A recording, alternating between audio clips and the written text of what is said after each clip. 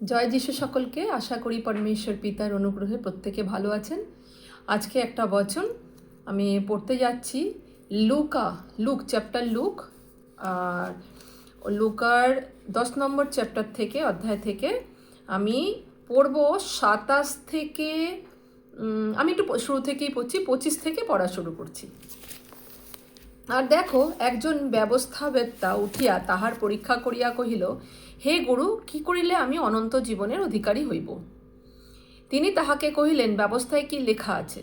কিরূপ পাঠ করিতেছ? সে উত্তর করিয়া বলল, তুমি তোমার সমস্ত অন্তঃকরণ, তোমার সমস্ত প্রাণ, তোমার সমস্ত শক্তি এবং তোমার সমস্ত চিত্ত দিয়া তোমার ঈশ্বর প্রভুকে প্রেম করিবে এবং তোমার প্রতিবাসীকে আপনার মতো প্রেম করিবে। তিনি তাহাকে বলিলেন, যথার্থ উত্তর করিলে, তাহাই করো, তাহাতেই জীবন পাইবে। তো আমরা এখানে দেখছি ব্যবস্থাবেত্তা একজন উঠিয়া, মানে যারা নাকি ফরিসি গোছের লোক, পুরোহিত গোছের লোক, যারা ব্যবস্থা চালাতো, এরকম একজন উঠে প্রভু যিশুকে প্রশ্ন করছেন যে আমরা কি করলে অনন্ত জীবনের অধিকারী হতে পারবো। তো প্রভু যিশু বলছেন যে তোমাদের শাস্ত্রে কি লেখা আছে, শাস্ত্রের বচন কি বলছে।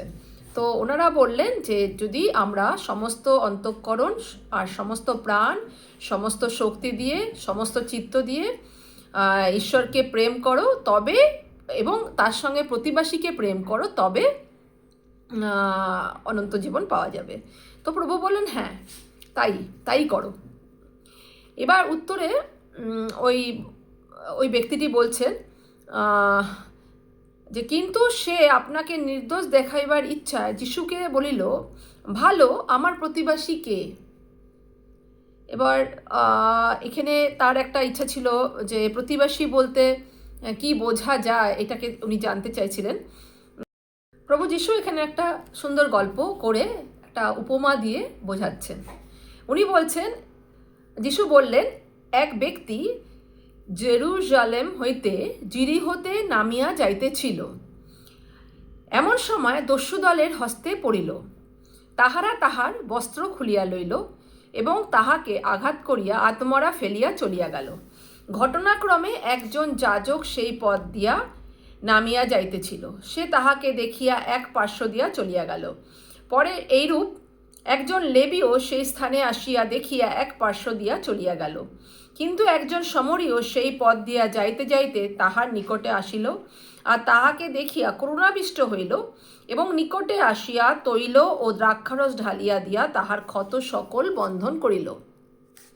পরে আপন পশুর উপরে তাহাকে বসাইয়া ওনাকে এক পান্থশালায় লইয়া গিয়া তাহার প্রতি যত্ন করিল।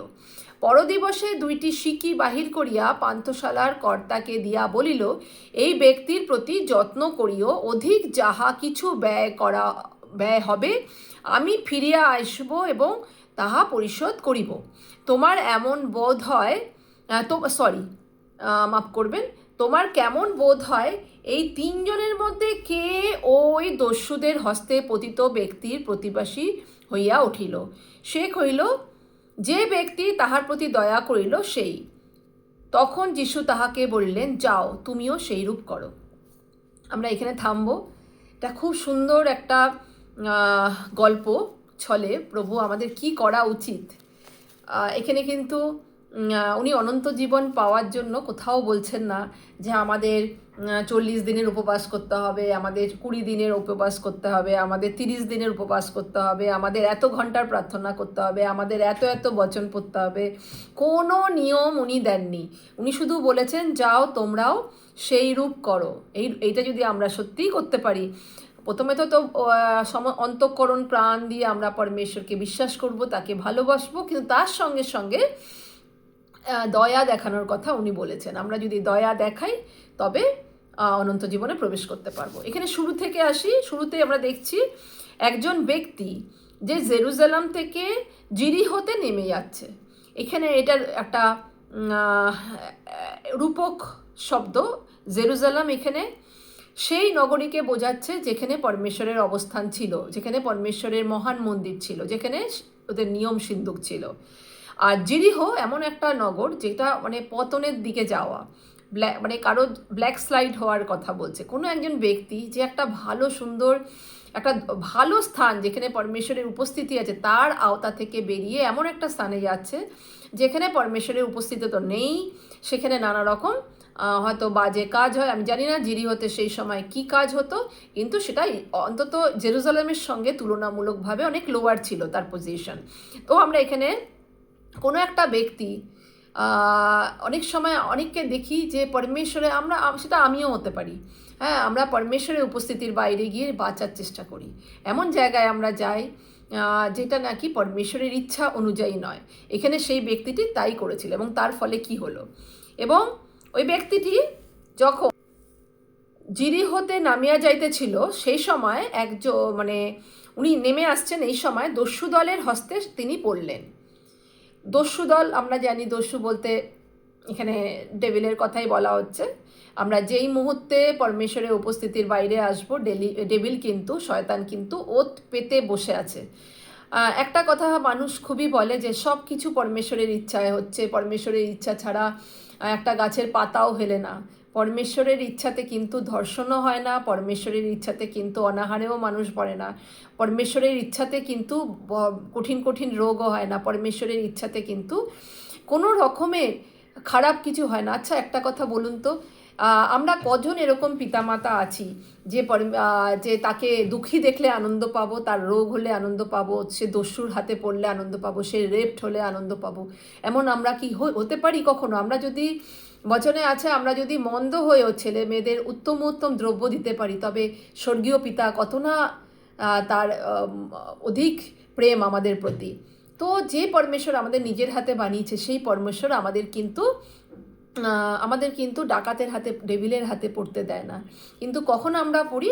যখন আমরা এই ব্যক্তিটির মতো ঈশ্বরের অবস্থান থেকে, তার উপস্থিতি থেকে বেরিয়ে নিজের ইচ্ছা অনুযায়ী চলার চেষ্টা করি, তখনই কিন্তু আমরা ওই দস্যুরূপী, এখানে দস্যুর কথা বলা হয়েছে, তখনই আমরা ডেভিলের বিভিন্ন চালে পড়ে যাই এবং সেটা আমাদের বিনাশের শুরু। এবং আমরা দেখব সেই দস্যুদল কি করলো। তাহারা তাহার বস্ত্র খুলিয়া লইল এবং তাহাকে আঘাত করিয়া আধমরা ফেলিয়া চলিয়া গেল। যখন আমরা পরমেশ্বরের উপস্থিতির বাইরে, পরমেশ্বরের সেবা করার পর, পরমেশ্বরের সব বচন জানার পর, তার সঙ্গে অনেক বছর চলার পর আমরা ব্যাকস্লাইড হই, বা আমরা এমন কোনো গর্হিত পাপ করে ফেলি যেটা পরমেশ্বরের একদমই ভালো লাগে না, তখন কিন্তু আমরা হয়তো এখানে বস্ত্র খুলে ফেলার কথা আমরা বলি, আমরা হয়তো উপরে বস্ত্র পরে থাকি, কিন্তু পরমেশ্বরের দৃষ্টিতে আমাদের ধার্মিকতা রূপী যে বস্ত্র, সেটা কিন্তু আমাদের থেকে ছিনিয়ে নেওয়া হয়। যে বস্ত্র আমরা প্রভু যিশুর রক্ত দিয়ে ধুয়ে পড়েছি, যা দেখলে শত্রু ভয় পায়, সেই বস্ত্র, যেটা নাকি মহিমার বস্ত্র পরমেশ্বর আমাদের পরিয়েছেন, সেটা কিন্তু আমাদের থেকে নিয়ে নেওয়া হয় এবং আমরা পরমেশ্বরের দৃষ্টিতে উলঙ্গ হয়ে পড়ি এবং তাহাকে আঘাত করিয়া আধমরা ফেলিয়া চলিয়া গেল। এই সময় আমাদের বিভিন্ন বিভিন্ন দুর্যোগ হয়। এখানে আঘাত করা, শত্রুর তৈরি বিভিন্ন অস্ত্রের কথাই বলা হচ্ছে। ঘটনাক্রমে একজন যাজক সেই পথ দিয়া নামিয়া যাইতেছিল। এখানে দেখব, এখানে একজন যাজক যাচ্ছিল। এখানে যাজক হচ্ছে সিম্বল, হচ্ছে আমাদের যারা ধর্মগুরু, সব ধর্মেরই ধর্মগুরু আছে, হ্যাঁ। তো যারা খ্রিস্টের পথে চলে, এরকম বিভিন্ন ডিনোমিনেশন আছে, সেখানে কেউ যারা চালায়, যারা পুরোহিত, তাকে কেউ বিভিন্ন ডিনোমিনেশনে বিভিন্ন নামে ডাকা হয়। কোথাও পাস্টর বলা হয়, কোথাও পাদ্রি বলা হয়, কোথাও তাকে ফাদারও বলা হয়, বিভিন্ন ডিনোমিনেশনে বিভিন্নভাবে বলা হয়। কিন্তু তিনি হলেন আমাদের চরবাহা। অ্যাকচুয়ালি আমি বিশ্বাস করি না যে প্রভু যিশু কোনো ধর্ম নিয়ে এসেছিলেন। এটা আমার নিজের ব্যক্তিগত, আমি নিজে সিদ্ধান্তে এসেছি। প্রভু যিশু কোনো ধর্ম নিয়ে আসেনি, কিন্তু উনি এসেছিলেন আমাদের হৃদয়কে পরিবর্তন করতে, আমাদের ভুলগুলোকে আমাদের দেখাতে, এবং আমাদের যখন আমরা নিজের ভুলটা আমরা বুঝতে পেরেছি, আমরা পরমেশ্বরের সামনে পশ্চাত্তাপ করেছি, রিপেন্টেন্স করেছি, এবং তখন প্রভু আমাদের হৃদয়ে এসছেন এবং তাকে আমাদের হৃদয়ে স্থান দিয়েছে। এটাই আমাদের বাস, এই একটা আমাদের যেটাকে নিয়ম বলো, ব্যবস্থা বলো, সবেই, এর বেশি কিছু না। আমি নিজেকে ওই জন্য খ্রিস্টানও বলবো না, কারণ আমি মনে করি আমি একজন বিশ্বাসী, আমি প্রভু যিশুকে ভালোবাসি এবং প্রভু যিশুর পিছনে চলি। তার অনেক কারণ আছে, কিন্তু আমি সেটাই বলছি যে এখানে যে লোকটি, যে নাকি ধর্মগুরু, সে কিন্তু পাত্তা দিল না, সে কিন্তু চলে গেল। এবার অনেক সময় আমরা দেখি আমাদেরও কলিশিয়ার মধ্যে বা আমাদের কোনো এরকম যারা চরবাহা, তাদের আশেপাশে হয়তো অনেক মানুষ দুঃখে আছে, অনেক তাদের হয়তো আহার নেই, অন্ন নেই, কিছুই নেই, কিন্তু তারা ওই জায়গাটায় ফোকাস করেন না অনেক সময়। সবার কথা বলছি না, অনেক সময় হয়ে থাকে এরকম। তাতে কি হয় যে মানে এখানে পরমেশ্বর ওটাই দেখাচ্ছেন যে এখানে সেই যাজকটি সেই দলের লোক ছিল যে নাকি একজন অসুস্থ মানুষকে, আহত মানুষকে পড়ে থাকতে দেখেও দয়া দেখায়নি। তো অনেক সময় আমরা যদি চরবাহা হয়ে থাকি, আমাদের পরমেশ্বর কিন্তু অভিষেক করেছে বিভিন্ন, শুধু পরমেশ্বর কিন্তু আমাদের থেকে শুধু চান না যে আমরা পুলপিটে দাঁড়িয়ে আমরা শুধু বক্তৃতা দেব, আমরা পরমেশ্বরের বচনকে বিশ্লেষণ করব। হয়তো আমরা তাদের মধ্যে থেকে অনেকেই থিওলজিতে পাকা পণ্ডিত, হ্যাঁ, এবং তারা অনেক কিছু জানেন, সেটাকে নানা রকমভাবে গম্ভীর জ্ঞান গর্ভ আলোচনা করব। এ পরমেশ্বর কিন্তু এতে খুশি হন না।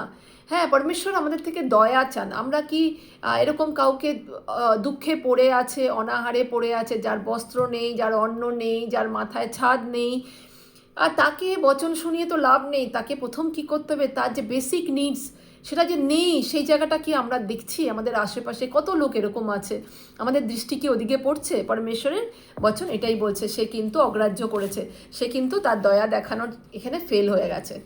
তার মানে দয়া যখন দেখাবে না, কী হবে? অনন্ত জীবনে প্রবেশ করা তাদের পক্ষে মুশকিল। তো আমরা এটা মনে রাখবো। এরপরে পরের লাইনে আছে, একজন লেবীও সেই স্থান দিয়ে আসিতেছিল এবং পার্শ্ব দিয়া চলিয়া গেল। হ্যাঁ, এই লেবীও কিন্তু, এখানে লেবীও কিন্তু আমাদের বিলিবারদেরই প্রতীক, যারা নাকি প্রতিদিন আমরা হয়তো দিনে অনেকবার প্রার্থনা করি, মাসে হয়তো অনেক দিন আমরা উপবাসও করি, আমরা রোজ বচন পড়ি, আমরা রোজ বিভিন্ন বিভিন্ন ভাষণ শুনি, খুব ভালো ভালো কথা শুনি, আমরা অনেক ঘন্টা ধরে প্রার্থনা করি, কিন্তু আমরা যখন এরকম কাউকে দেখি পড়ে আছে, তার জন্য কিন্তু আমরা অনেক সময় হাত তুলে তাকে সাহায্য করতে যাই না, তাকে প্র্যাকটিক্যালি পরমেশ্বর যে দয়া দেখাতে বলেছে সেটা আমরা করি না। এই হচ্ছে সেই লেবীয়। কারণ লেবীয়দের এখানে বলা হয়েছে, এখানে একটা রূপক হিসেবে ব্যবহার করা হয়েছে। কিন্তু একজন সমরীয় সেই পথ দিয়া যাইতে যাইতে তাহার নিকটে আসিল। এখানে সমরীয়দের কথা বলতে গেলে এটা বলতে হয়, সমরীয়রা নিচু জাতের ছিল সে সময়কার, মানে তাদেরকে অতটা ইসরায়েলের লোকেরা তাদেরকে অতটা গুরুত্ব দিত না। এমন একজন ব্যক্তি, সে একজন সমরীয়, সামান্য লোক। হ্যাঁ, সে কি করলো? তার নিকটে এলো, দেখে তার করুণা হলো এবং সেখানে তৈল ও দ্রাক্ষারস ঢালিয়া দিয়া তাহার ক্ষত সকলকে বন্ধন করিল। এখানে প্রত্যেকটা শব্দের মধ্যে একটা একটা করে লুকানো আছে পরমেশ্বরের, মানে একটা রূপক হিসেবে পরমেশ্বর ব্যবহার করেছেন এই শব্দগুলোকে।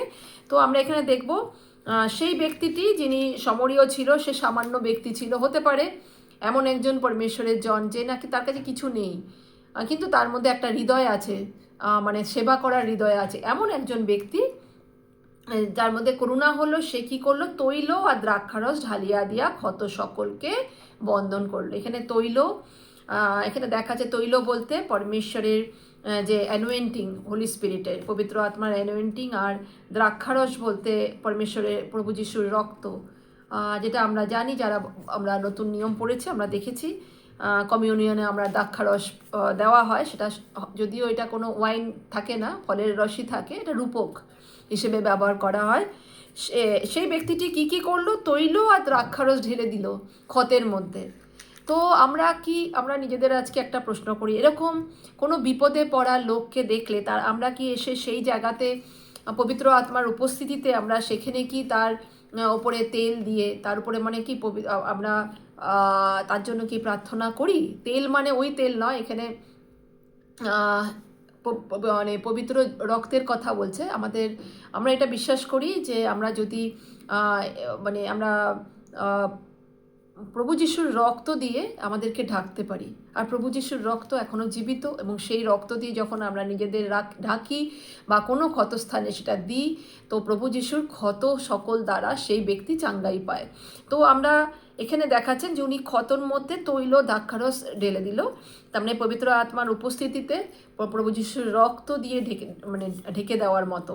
আমরা কি সেটা করছি? আমরা এরকম কোনো অসুস্থ ব্যক্তিকে দেখলে, অসহায় ব্যক্তি দেখলে, হয়তো অনেক দিন বেড রেডেন, আমরা সেখানে গিয়ে তার জন্য প্রার্থনা করছি? আমরা, এটা কিন্তু পরমেশ্বর দয়া দেখানোর কথা বলছেন এখানেও। পরে আপন পশুর ওপরে তাহাতে বসাইয়া এক পান্থশালায় লইয়া গিয়া তাহার প্রতি যত্ন করিল। এবং সেখানে কিন্তু সে এইটুকুনি করে চলে যেতে পারতো। হ্যাঁ, কিন্তু এখানেই আমরা হয়তো অনেকেই ছোট ছোট কাজ করি। হ্যাঁ, কোনো গরিব লোক দেখলে তাকে খেতে দিই, বা তাকে জামা কাপড় না থাকলে জামা কাপড় দিই, হয়তো পয়সা দিই, কিন্তু তাকে পরমেশ্বর চান কি আর একটু দূর তার জন্য করতে। এখানে কি বলা হচ্ছে? পশুর উপরে বসাইয়া এক পান্থশালায় লইয়া গেল। এখানে পান্থশালা, এটা হচ্ছে চার্চ বা পরমেশ্বরের এমন কোনো সঙ্গতি যেখানে নাকি পরমেশ্বরের লোকদের ফেলোশিপ হয়। আমরা যদি দেখি বিপদে পড়ে এমন কোনো লোক রোগশয্যায় আছে বা অন্য কোনো বিপদে আছে, এমন কোনো ভাই বোন যে প্রভুকে জানে না, তাকে কি আমরা প্রভুর কথা বলি?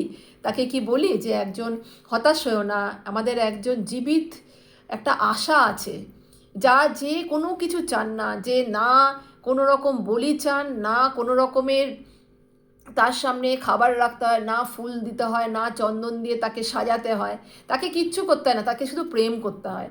আমরা কি তাকে নিয়ে যাই কোনো এমন কলিশিয়াতে, জীবিত কলিশিয়ায় নিয়ে যাই যেখানে গিয়ে সে পরমেশ্বরকে আরও ভালোভাবে জানতে পারে এবং পরমেশ্বরের উপস্থিতিতে সে বাড়তে পারে?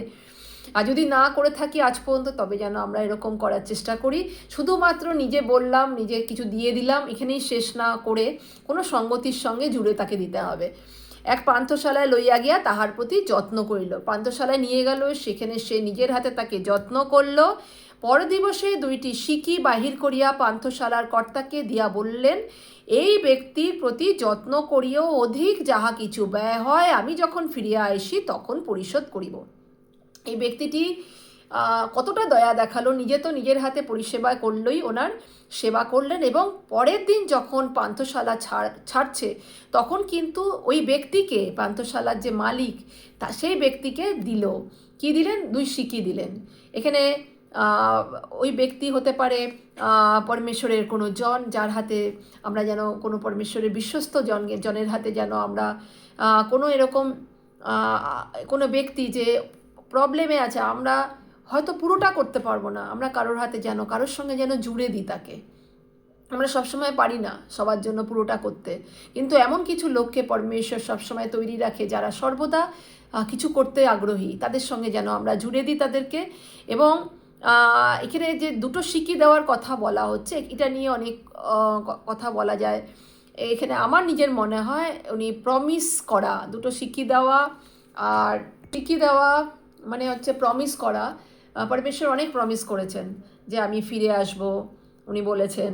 আর উনি বলেছেন উনি ওনার রক্তের দাম চুকিয়ে দিয়ে আমাদেরকে কিনে নিয়েছেন। এখানে ওই দাম চুকানোর কথা বলা হচ্ছে, মূল্য দিয়ে আমাদের কিনেছেন। আমরা মনে করি উনি নিজের রক্ত বইয়ে সেই দামটা আমাদের চুকিয়েছে, আমাদের পাপের দাম চুকিয়েছিলেন। এবং আমাদের যে পাপ, যেটা আমাদেরকে শেষ করে দেওয়ার জন্য মানে যথেষ্ট ছিল, আমাদের নরকে যাওয়ার জন্য যথেষ্ট ছিল, সেই পাপকে, সেইগুলোকে উনি ক্রুশে নিয়ে নিয়েছিলেন। ঠিক তেমনি এখানে আমরা মনে করি উনি রক্ত দিয়ে দামটা চুকিয়েছিলেন। এখানে উনি সেই দাম চুকানোর কথা এখানে দেখতে পাচ্ছি। এবং উনি বলেন আমি ফিরে আসব। আমরা সকলেই জানি, যারা খ্রিস্টকে জানি, যারা আমরা খ্রিস্টকে ভালোবাসি, আমরা জানি উনি দ্বিতীয় আগমন হবে, যে কোনো সময় হবে। উনি একটা বলেছিলেন যে আমি ফিরে আসব আবার। তো সেই দ্বিতীয় আগমনের কথা এখানে বলা হচ্ছে। তোমার কেমন বোধ হয় এই 3 জনের মধ্যে কে দস্যুদের হস্তে পতিত ব্যক্তির প্রতিবাসী হইয়া উঠিল? তো পরমেশ্বর আমাদের চক্ষু খুলে দিলেন যে আমাদের আসল প্রতিবাসী কে, যে নাকি পরমেশ্বরের দয়া যার মধ্যে আছে, প্রেম যার মধ্যে আছে, যে কাউকে বিপদে পড়ে থাকতে দেখলে পাশ কাটিয়ে চলে যাবে না এবং হাতে কলমে সেবা করবে। এই ক্ষেত্রে আমার যতদূর মনে পড়ছে একটা ঘটনা, আমরা মাদার টেরেজার নাম সকলে শুনেছি।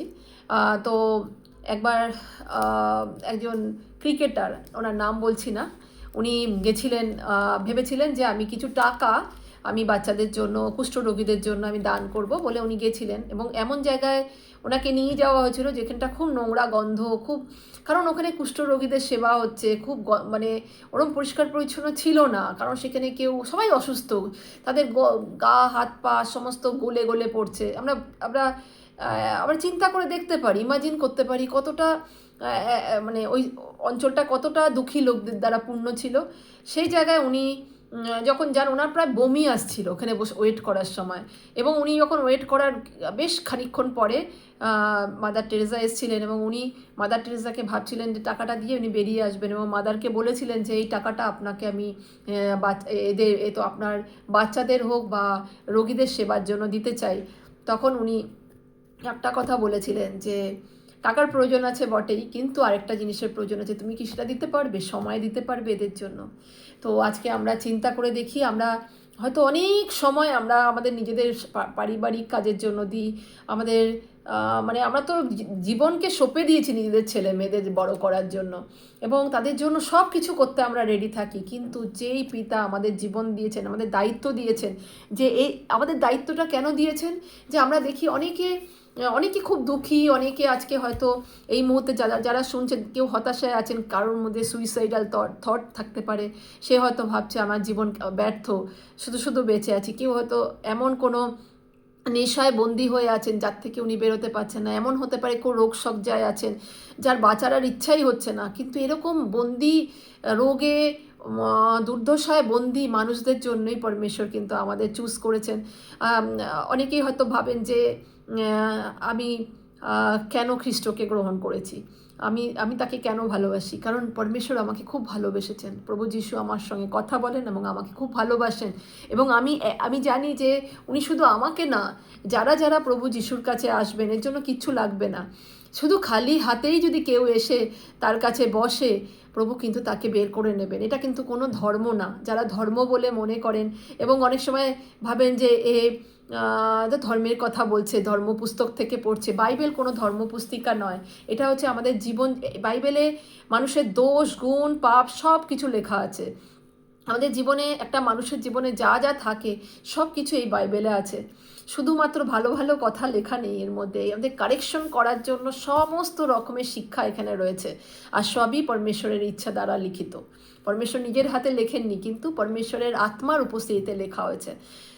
আমরা রাইটারদের নামও জানি, এটা একটা ঐতিহাসিক সত্যতা রয়েছে।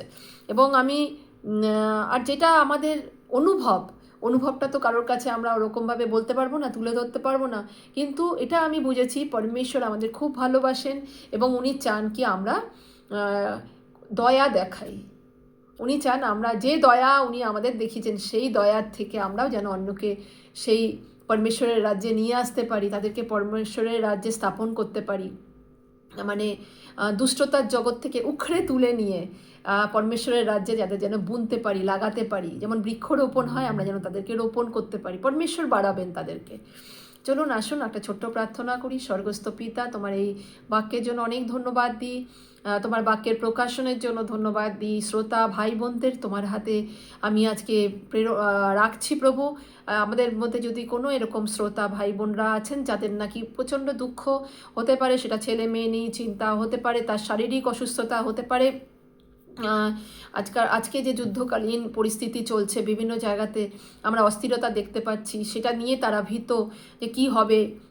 হয়তো তাদের আত্মীয় স্বজনরা বাইরে আছেন, তাদের ছেলেমেয়েরা বাইরে আছেন, তারা হয়তো দুবেলা মানে খেতে পর্যন্ত পাচ্ছেন না ছেলে মেয়ের চিন্তায়। বা এমন হতে পারেন যে কেউ নেশাতে আছেন, এমন হতে পারেন বাড়ির কেউ অসুস্থ, অনেক বছর ধরে অসুস্থ, এমন হতে পারেন যে এত অসুস্থ যে সে তার বাঁচার ইচ্ছা হয় না, এমন কেউ আছেন যার নাকি বেঁচে থাকতে ইচ্ছা হয় না, এত ডিপ্রেশনে সে আছেন। এমন কোনো কেউ আছেন যার ছেলেমেয়েরা প্রভু হতে পারে যে প্রভু প্রচণ্ড অবাধ্য বা বিপথে চলে যাচ্ছে, এরকম নানা প্রবলেমে যে জর্জরিত ভাই বোনদের তোমার হাতে রাখছি। প্রভু তুমিও দয়া দেখাও তাদের উপরে প্রভু, এবং তাদেরকে তুমি রাস্তা দেখাও, তাদের জন্য একটা জীবিত কলিসিয়া, জীবিত মণ্ডলী দাও যেখানে তারা যেতে পারে এবং তোমাতে বাড়তে পারে প্রভু। তাদের ক্ষত সকল মধ্যে প্রভু, কেউ যদি অসুস্থ থাকে তার সেই ক্ষতস্থানে, সেই ব্যথার জায়গাতে, তাদের হৃদয়ে, তাদের মনের মধ্যে আমি প্রভু যিশু তোমার রক্তকে দিয়ে আমি আচ্ছাদন করে দিই, তাদের বাড়ির চারদিকে তোমার রক্তের আচ্ছাদন করে দিই, যেন শত্রু তাদেরকে নষ্ট করতে না পারে। প্রভু যিশুর সামর্থ্যের নামে প্রার্থনা করলাম, শুনে নাও পিতা, আমেন।